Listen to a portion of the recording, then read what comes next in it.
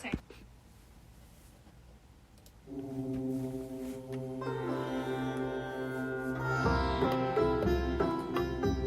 Spirituality and science.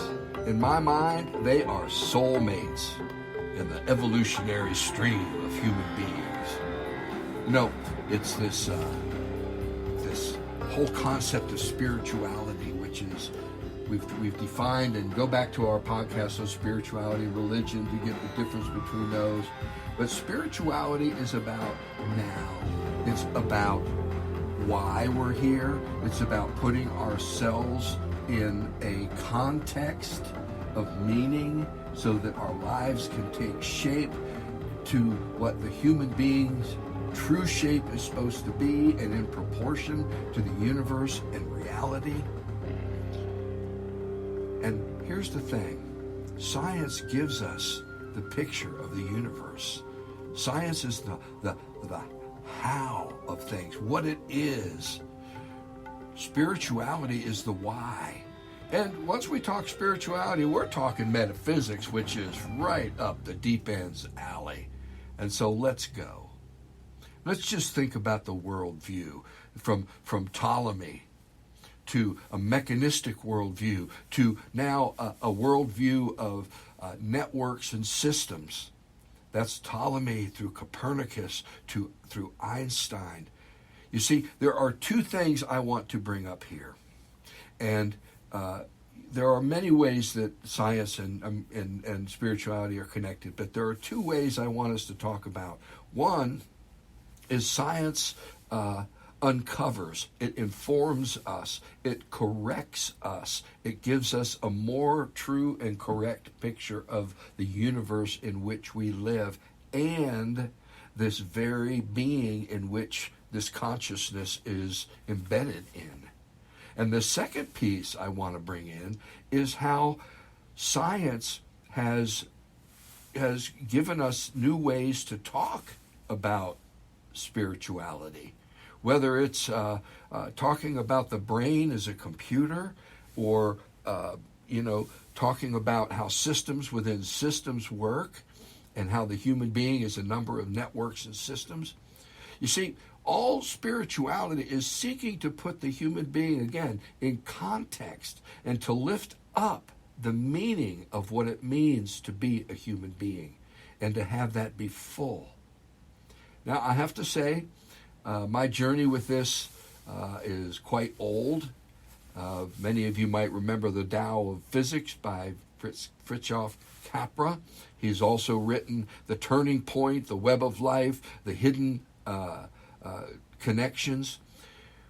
He has seen the universe go from this mechanistic view to this networking view, and seeing that consciousness itself is a networking phenomenon. So you see, spirituality and science are connected in some really wonderful ways. Science is giving us a language both of context and of metaphorical meaning. And I think that that's just, it really is a new era in the spiritual existence of human beings on planet Earth. And that's as far as I'm going to say to open up our conversation. I'm here. My name is Red Hawk. I'm in Spokane, Washington. Mary Ann Rudis is coming from Spokane Valley, Washington. And Bob Hayes is coming from Florida, the land of tornadoes and DeSantis. Sorry, I had to say that, Bob. Yeah, Bob says every time a tornado comes, they basically use his house as where it's going to go right over. So, spirituality and science. Bob, what say you? Well, you may remember many years ago, you and I were searching, asking the questions that we're still asking today. And we both encountered two books about the same time. One of them was Be Here Now by Balaram Das. And the other was The Phenomenon of Man by Teilhard de Chardin. By the way, folks, that was 50 years ago. Oh, you had to remind me, huh? Hey, we're rich, man. That makes us rich. Well, the first one, Be Here Now, was more about how to personally deal with your relationship to the universe, how to exist in the moment, which is the only thing we have. So that was a big eye-opener for me. The other one was more of a contextualization of the whole existence of humankind in terms of where we started and where we were heading. And Teilhard was a very, very spiritual person, but he was also very scientific. He was a paleontologist. And that view of the human existence as a journey that started as microbes and ended up where we are now as multicellular beings governed by our DNA and interlinked with our experiences was really the thing that opened me up to the fact that science could be spiritual. And in essence, it was the only thing it could be, because as soon as you broaden your view of the universe, you begin to see those unanswerable questions that we all struggle with. But as you just finished describing it, it gives us a new way of viewing the questions and a new way of articulating them. Not necessarily giving us all the answers, but giving us a way to move toward the answers. So that really started me on my journey. And here we are today, science and spirituality. Amen. Mary Ann, what say you? Well, the first thing I will say is I'm glad Bob went first, because I had no idea what I was going to say. I have been interested, let me use that word, in spirituality for as long as I can remember. I never really delved into the science of everything, although I approach things as a skeptic. And I think that is part of the method of science, where you approach things, you have a hypothesis, and then you have to bear it. It has to bear out, and it has to be repeatable. And so I think that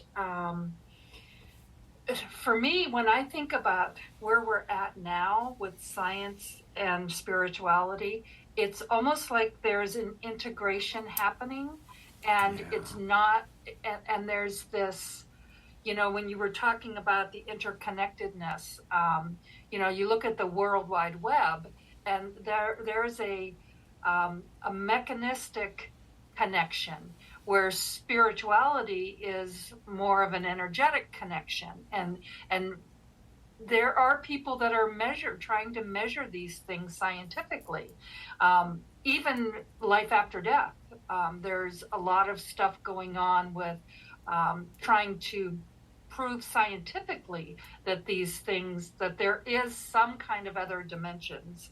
And so I think it's, for me, it's fascinating, and it's, again, it's this integration of trying to use our rational mind to talk about and explain things that may not have a rational proof.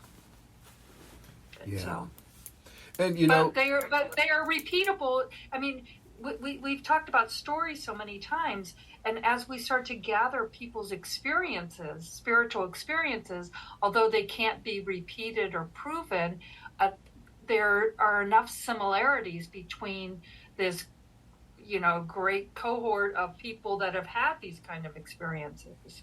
So, I don't know. Yeah. And the whole thing is, to me, first of all, science is not a result.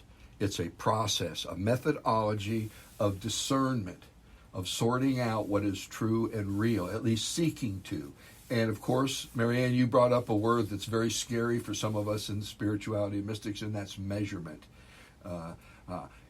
Once you try to measure something, you do something to it that makes it into something else. And that's part of the process. Bob, you said something that keyed a queen pin for me, and that's the word relationship. You know, both spirituality and science are about relationship. Our relationship to the universe, our relationship to each other, and our relationship to ourself. And these different layers, okay, you talk about the web, they're so interconnected that there is no way to extricate one piece and call it totally autonomous. It's impossible because it's in the universe, and the universe is interconnected. And I think that part of our spirituality is catching up with science, and part of our science is learning to catch up with spirituality. That the whole way we talk about measure, like when we get into neurology and mapping of the brain, you can measure to a certain degree, but with the positive emotions, for instance, we know where fear is. We've learned where that is. We know where the cognitive pieces of the brain are, the front brain. But we also have learned that the positive emotions aren't anywhere specifically. They're everywhere generally. They are an interaction of different aspects of the brain all working together as one. And we're still trying to sort that out. But the studies are really good, the fMRIs. Go ahead, Bob. I just wanted to comment a little on two things, both that Marianne introduced and that you have elaborated on. And the one is the idea of skepticism, the idea of not believing something just because somebody tells you that you need to see what is the basis for that belief. What is the foundation? How does that belief stand next to other similar beliefs or opposite beliefs or so forth? And that's one of the most important things in science. The other is to look a little more deeply in what we mean by measurement, because there are different types of measurement. What most people think of is, you take a ruler and you measure something. In science, that's called ratio measurement. 1 is to 2, 2 is to 4, and so forth. There's a relationship there. There's also two other types of measurement. One is ordinal, which means one is bigger than the other. Not necessarily do we know exactly how much it's bigger, but we know that there's a relationship there. And then the third is nominal, and that is just putting things into categories. And depending upon what we're looking at in science, we use a different type of measurement. And a lot of times people get confused and frustrated by trying to measure spirituality when they're trying to do it in a ratio way. In other words, my spirituality is at a 10, and this other person's spirituality is at an 8. And that doesn't make any sense at all. But if you go to other types of measurement, you can still learn from them. You can say, well, this type of spirituality involves a metaphor with water. This type of spirituality involves a measurement with acting in time. And so those ways that science lets us look at things, it helps us organize our thoughts to come closer to an understanding. And we can measure, an accountant has a very different brain than an engineer and a doctor and a plumber. They're different brains. If you look at a cab driver, the part of the brain that deals with distances and mapping is much more developed. It's really quite amazing. So we're seeing these differences and not putting a value judgment on them, but seeing that the differences themselves, when we put them together, make up a system, a network that allows us all to be smarter if we dare listen to that. And I think that's part of the paradigm shift of both science and spirituality that we're in the middle of. Marianne? Well, I was just going to say, if we can connect in to that, but how do we do that? I liked the separation. We all have different brains. We all have different ways we think, and how does all of that come together? I've always been opposed to pigeonholing ideas and people and psychology. It was always, we've got these types of people, and this one is going to do this, and their predictability is uncanny sometimes.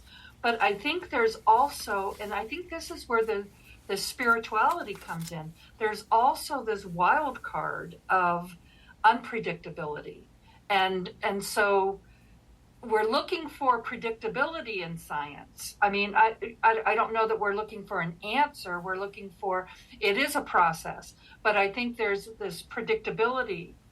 And with spirituality, there's an acceptance of the unpredictable. So to me, again, it's this integration of these two ideas, two forces. Yeah. And it's interesting, as you were talking, I was thinking about the weather. Now we talk about the weather in terms of systems and preparing for it and things, buckling down the hatches and all that stuff. But 2,000 years ago, the weather was not predictable, and it was seen as a movement of spiritual being. And it's really interesting how science debunks some of our understandings and allows us to move into a greater field of meaning, if you will. A lot of people don't want to give up their old meanings, the flat earthers, if you will. But when you move into a new context of meaning, it's a flourishing thing. It's a blooming time, it seems to me. And I think that that's part of what I want our listeners to get, that to dare to be opened up. And I think that's what science can do. It can open us up into different ways of thinking about who we are and how we are and why we are. And I think that that's part of the great dance that we are designating as spirituality and science, that there is a dialectic between the two that is quite integral and quite complex. Well, what a fascinating thing that occurs to me, and this is sort of coming from my side as a sociologist, and that is how scientific terms have migrated into general usage. You used the term paradigm shift earlier. Now, 50 years ago, when I was introduced to that term, it was only used in the philosophy of science. And it was scientists looking at the way science works and how new ideas have to break through and shift. And that breakthrough was called a paradigm shift.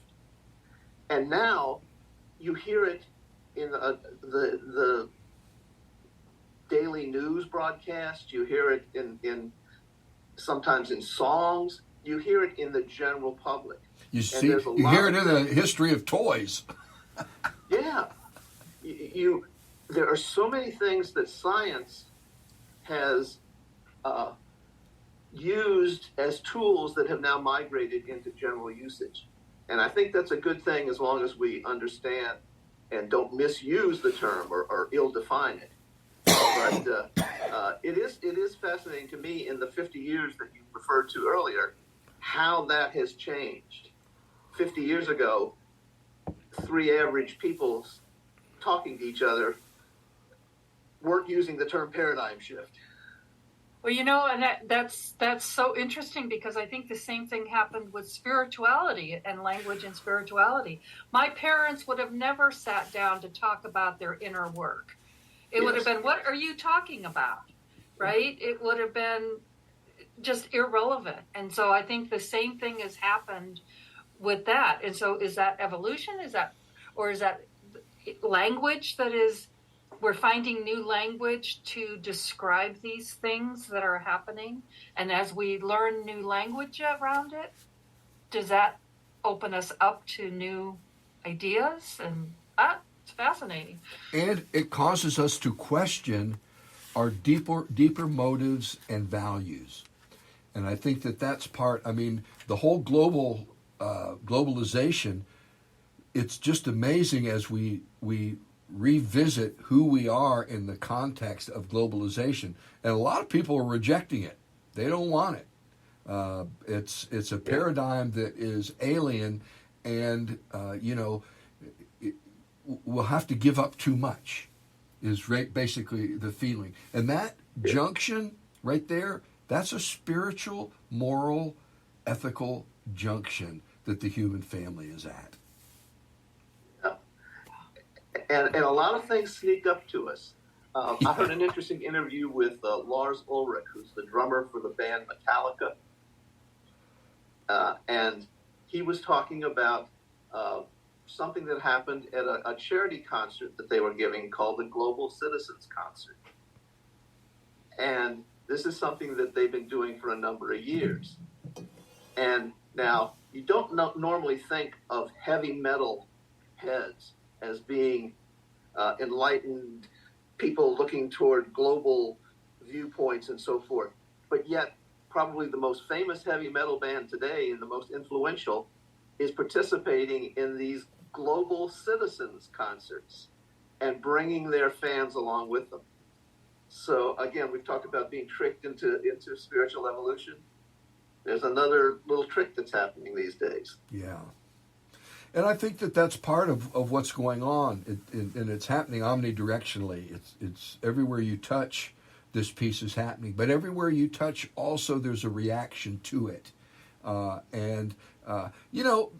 There's some huge problems. Right now, globalization, we have a world court, but the world court has already found George Bush guilty. Who do we trust? How do we create a sense of justice that is universal, that we can all agree on? And the human family's got a long way to go. Well, as you guys were talking, I kind of look back over my life and the way that I was tricked into these ways of thinking, the way that I was groomed by the zeitgeist of my time, by all of the music that I listened to, the books that I read, and how we're all kind of on this journey together. And you're right, some of us are choosing to say no to some of it, and others are going forward with open arms. And I think there's a place in between. And I mean, if we can go back to Buddhism, to the middle way, there's a place in between both of that, where skepticism in spirituality is necessary just as much as it's necessary in science, or you're going to end up with cults and being led down these weird ways. So I think there is a middle path that we're all trying to find. Bob, dare I say balance? So Please finding do. some balance, right? Yeah. And it's a lot like trying to find your balance on a surfboard. It's not like you get it and you're there. It's something that is moving quickly, and you're having to adjust minimally and maximally all the time, every moment. You can't let up for a moment or you wipe out. And I think that that's part of the weary-making piece of the changes that are upon us, that it doesn't let up. And to keep up, it takes time and effort and a whole lot of other things. And I'll be honest, I used to be able to keep up on the pop front, the music's, who's out there and all that.